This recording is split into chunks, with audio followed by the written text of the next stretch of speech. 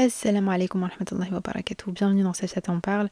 Aujourd'hui, dans l'épisode du jour, dans l'épisode de la semaine, je vous propose de préparer votre foi à accueillir le mois de Ramadan.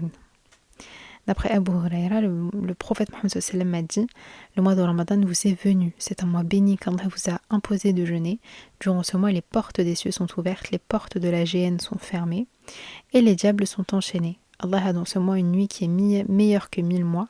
Celui qui est privé de son bien est vraiment privé de tout bien.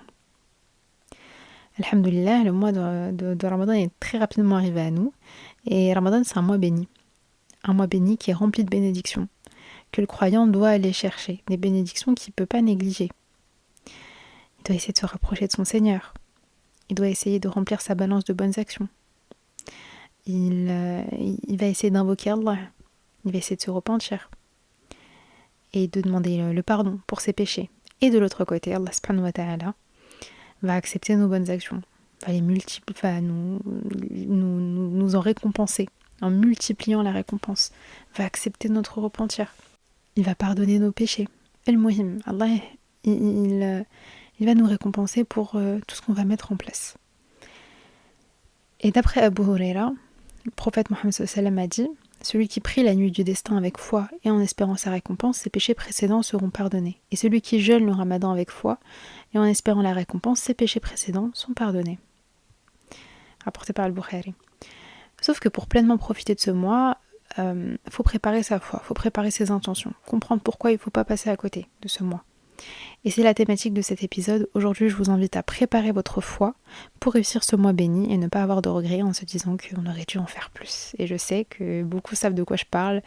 Et moi-même, ça m'arrivait de me dire là, je sens que j'ai pas assez fait. Et c'est vraiment un sentiment qu'on peut tous ressentir en fait à la fin du mois de Ramadan. On se dit j'ai pas assez donné, j'ai pas assez fait, j'ai trop perdu de temps. Et puis ensuite, on se dit le Ramadan prochain, Inch'Allah, il ahyana rabbi. On essaiera de faire plus. Et là, on est dans cette situation-là, en fait. Dans quelques jours, Inch'Allah, on va pouvoir vivre un mois de Ramadan en plus dans notre vie. Il va falloir en profiter. Le premier point pour préparer sa foi, c'est de comprendre qu'Allah nous met à disposition son pardon et sa miséricorde.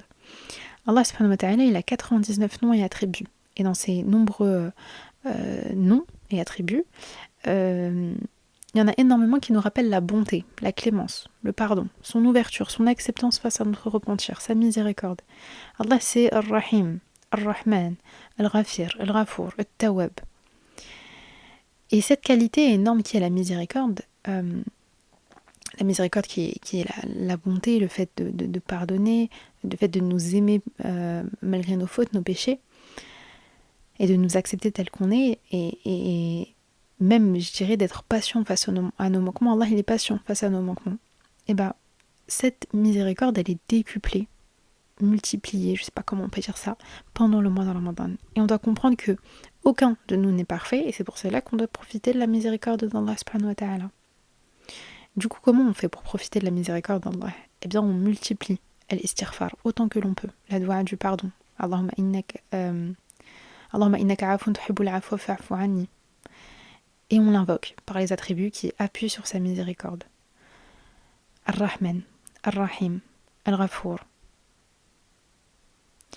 Ce qui entre également dans ça, en fait, c'est l'aumône. L'aumône, les sadaqas, c'est un acte d'adoration, une bonne action qui permet vraiment d'effacer les péchés. Et on a également la prière. Mais ça, on va en parler après. Le mois de Ramadan, c'est aussi le moment où on va essayer de se rapprocher d'Allah et de l'aimer davantage. Le Coran, la parole d'Allah, elle est descendue pendant ce mois béni. Et je le répète souvent, mais Allah, il n'a pas besoin du Coran. Allah, il n'a pas besoin de sa propre parole. Qu'est-ce qu'il va faire avec le Coran ? Par contre, nous, oui, on en a besoin. Nous, on a besoin du Coran. On a besoin de se rapprocher de notre Seigneur avec sa parole. Et le mois de Ramadan, c'est le mois du Coran.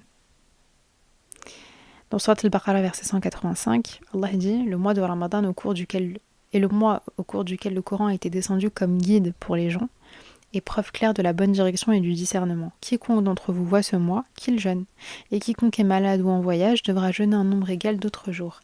Allah veut pour vous la facilité, il ne veut pas pour vous la difficulté, afin que vous complétiez le nombre et que vous proclamiez la grandeur d'Allah pour vous avoir guidé et afin que vous soyez reconnaissant. Donc le Coran, c'est un vrai outil de méditation.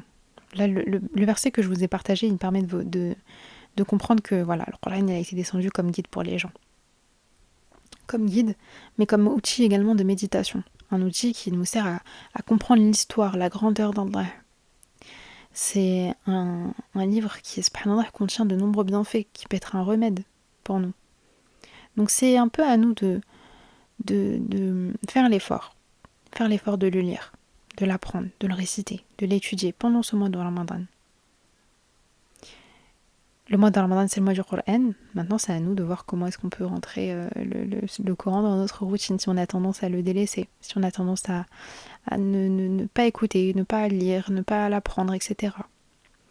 Et je sais que pendant le mois de Ramadan, il y a beaucoup de personnes qui ont pour objectif de faire la clôture du Coran, de lire tous les jours, de suivre un programme, etc.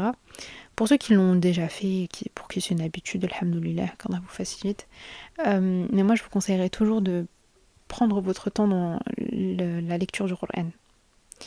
Prendre votre temps parce que c'est important de le lire en essayant de comprendre ce que vous lisez. Vous voyez, genre vraiment chercher à méditer dessus, de savoir pourquoi est-ce qu'Allah il parle de ça à ce moment-là, etc. Et quand tu commences les premières fois à lire le Coran, à vouloir le terminer en un mois, souvent tu vas te concentrer sur le fait de vite le clôturer, vite terminer la lecture sans prendre le temps d'analyser, de comprendre, de méditer sur ce que Allah il est en train de te partager dedans, parce qu'Allah il nous parle dedans en fait. Donc qu'est-ce que ça veut dire là ce que tu lis? C'est quoi la traduction de ce que tu es en train de lire? C'est quoi le tafsir, l'exégèse pardon, de ce passage? C'est important de prendre son temps. Et dites-vous que voilà, c'est pas l'objectif absolument à avoir quoi. Donc le muhim, comme on a dit, c'est le mois du Coran et on doit essayer de s'en rapprocher. Et au-delà du Coran, comme moyen de méditation, il y a également la prière. Vous savez, la salat, c'est pas un simple rituel, c'est un acte d'adoration et de soumission totale à Allah. Et le mois de Ramadan, c'est un mois de prière. On part de Fajr jusqu'aux 11 unités de prière de Tarawih le soir. Pour ceux qui font Tarawih.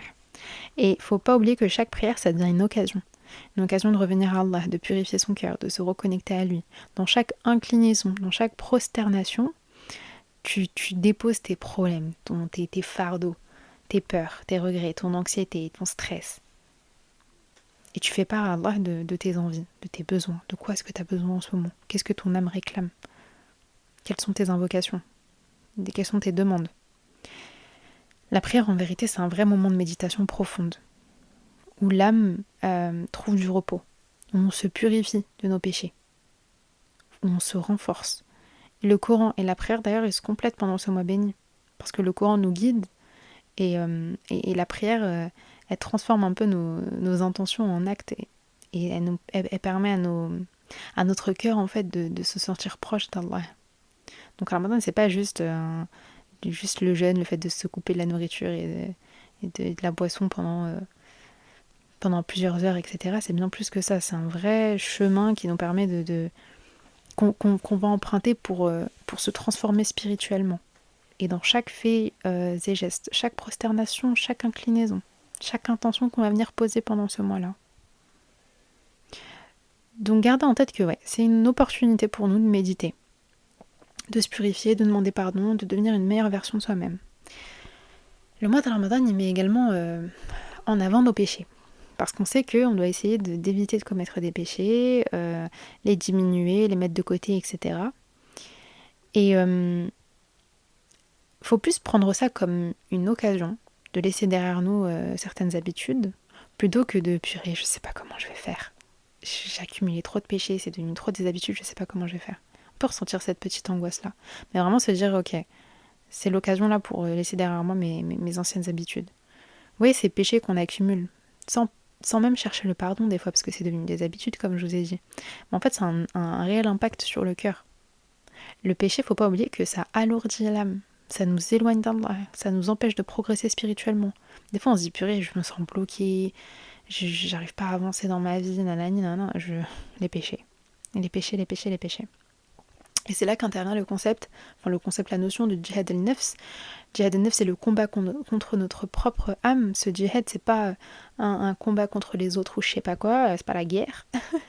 Mais c'est cette lutte contre son âme qui est attirée par ces mauvaises tendances, c'est les passions, les désirs, ce qui nous éloigne en fait d'Allah, les habitudes qui sont assez mauvaises, etc.